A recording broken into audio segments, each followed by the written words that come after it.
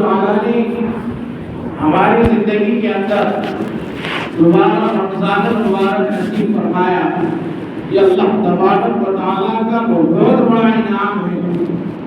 اللہ تبارک و تعالیٰ کا اتنا بڑا انعام ہے کہ ہم اس کو تصور نہیں کر سکتے کہ اللہ تبارک و تعالیٰ نے ایسے آفر سے ہم کو مستفیض فرمایا، ایسا مستفیض فرمایا کہ علماء کرام بیان فرماتے ہیں کہ رمضان المبارک کے اندر اگر کوئی بندہ عام دنوں کے اندر نفل ادا کرنے والا ہے، عام دنوں کے اندر، عام مہینوں کے اندر نفل پڑھنے والا ہے، اس بندے کو اگر رمضان میں توفیق ہو گئی نفل پڑھنے کی تو اللہ تبارک و تعالیٰ اس نفل کی برکت اتنا بڑھا دیتے ہیں کہ اس کا ثواب فرض میں تبدیل کر دیتے ہیں.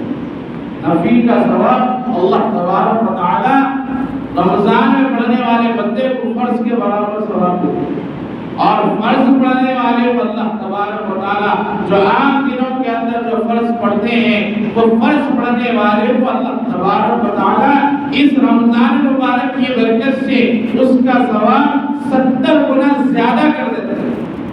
علماء کے نزدیک، کسی علماء کے نزدیک کوئی محدثین بیان فرماتے ہیں کہ 70 گنا بڑھا دیتے ہیں، کوئی بیان کرتے ہیں کہ 70 گنا سے بھی زیادہ بڑھا دیتے ہیں.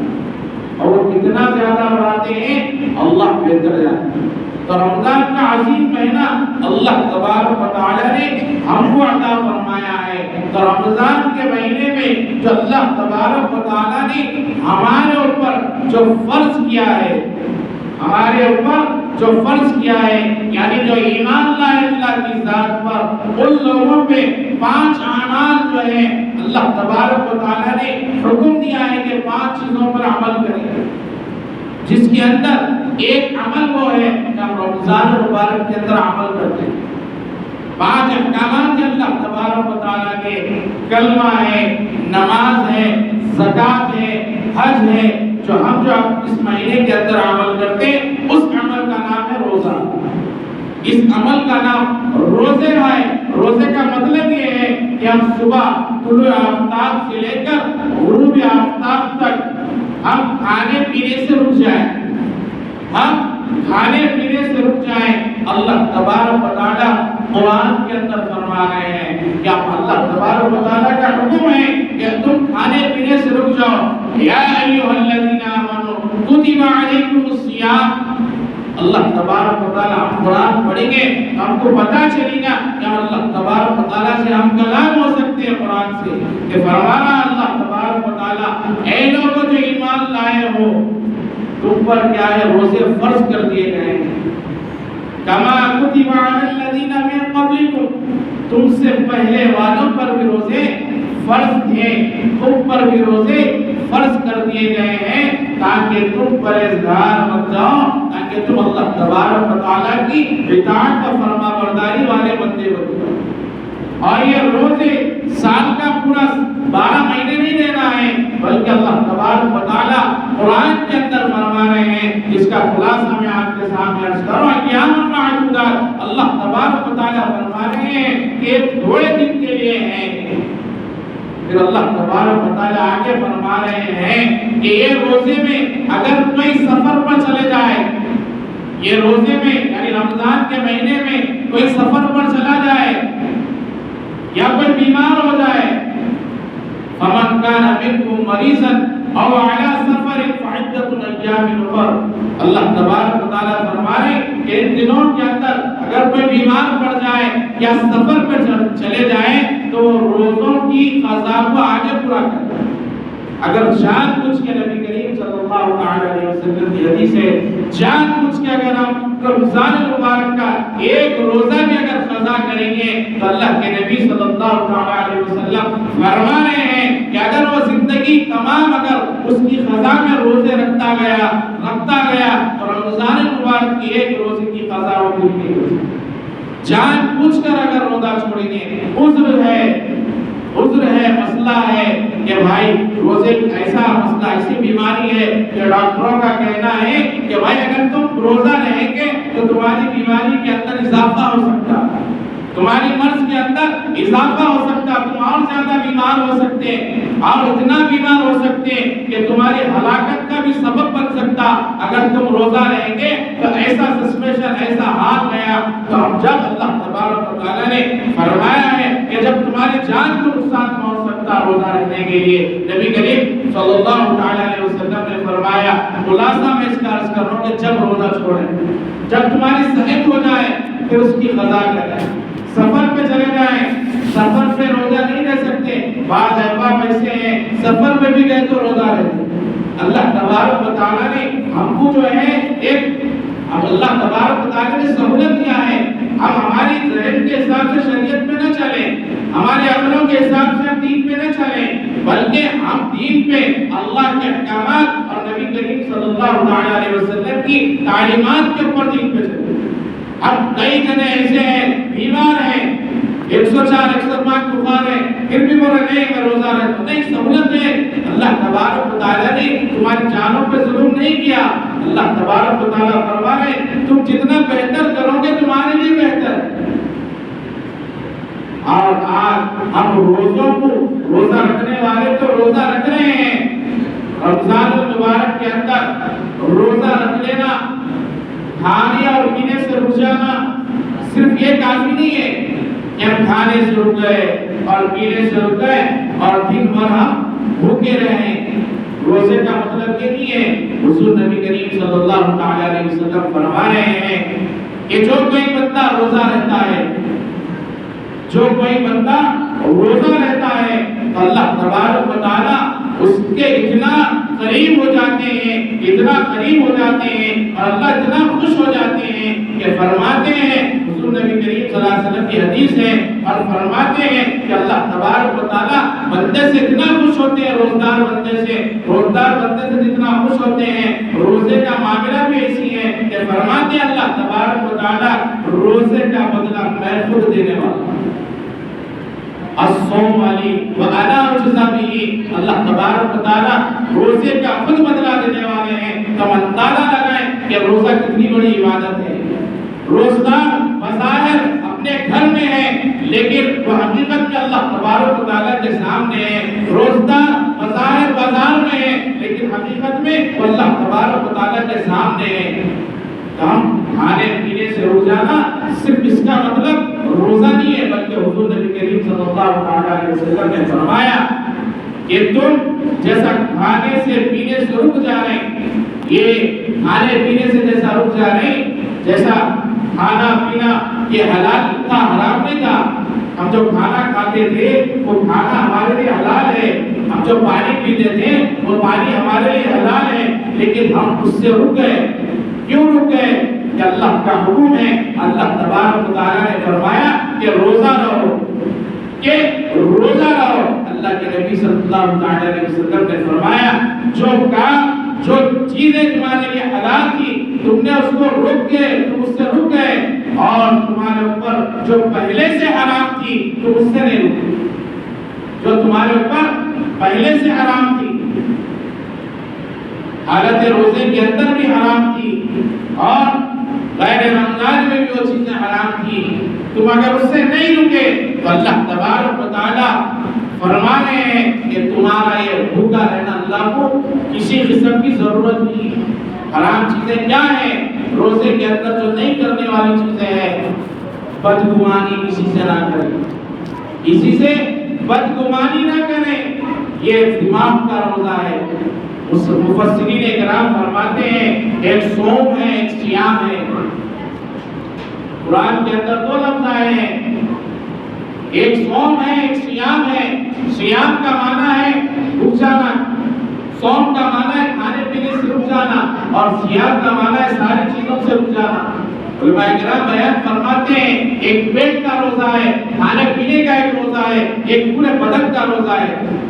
ہم کیا کرتے ہیں اکثر رمضان المبارک کے اندر زبان منہ کا روزہ تو ہم رکھ لیتے ہیں، پیٹ کا روزہ تو ہم رکھ لیتے ہیں، کھانے پینے سے ہم بچ جاتے ہیں، لیکن جو روزہ بدن کا ہے اس سے نہیں رکھتے۔ بدن کا روزہ کیا ہے؟ ہمارے بدن کا روزہ ہے دماغ میں بدگمانی نہ ہو، آنکھ سے بدنگاہی نہ ہو، ایسی جگہ ہماری نظر نہ جائے جہاں غیر محرم طرف پہ لذت بھری نظر ہماری نہ جائے. یہ رمضان میں بھی حرام ہے اور روزے کے اندر تو زیادہ اس کی ہم جو ہے کوشش کریں کہ ایسی ہم جگہ نظر نہ ڈالیں جو چیز اللہ نے حرام کیا ہے.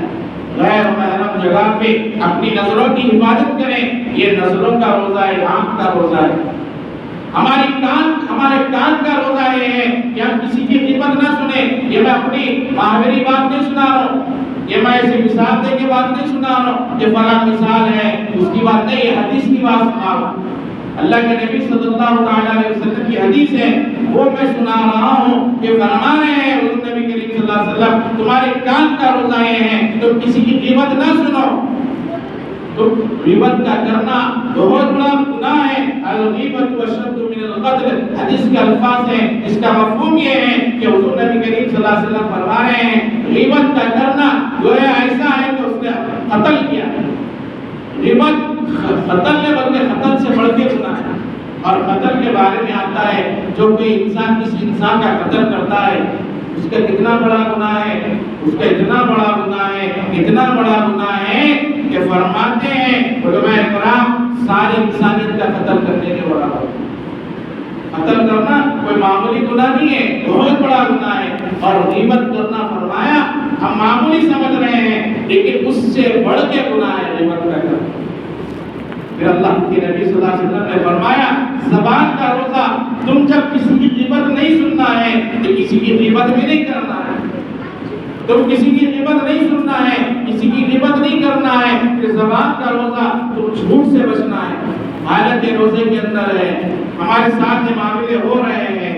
بولنا مقصد یہ ہے کہ ہمارے ساتھ ہم تصور کر لیں کہ اب یہ معاملات ہمارے ساتھ ہو رہے ہیں یا نہیں ہو رہے ہیں. ہم جو ہے روزے کی حالت میں غیر محرم پہ ہماری نظر پڑ رہی ہے, نہیں پڑ رہی ہے. ہم کسی کی غیبتیں سن رہے ہیں, نہیں سن رہے ہیں. کسی کے تعلق سے ہم غیبتیں کر رہے ہیں, نہیں کر رہے ہیں. چغل خوریاں کر رہے ہیں, نہیں کر رہے ہیں. ہم اپنے آپ کا محاسبہ کریں, کسی کے اوپر تنقید نہ کریں, کسی کے اوپر نکتہ نہ کریں, بلکہ ہم اپنے آپ کا محاسبہ کریں کہ میں ان گناہوں کے اندر اگر ملوث رہا تو میرا اللہ تبارک و تعالیٰ کو بھوکا اور پیاسے رہنے سے کوئی جو ہے اس کا ضرورت نہیں ہے کہ اللہ کے سامنے بھوکے اور پیاسے رہنے سے اس کا کوئی ہم کو اجر نہیں کرے.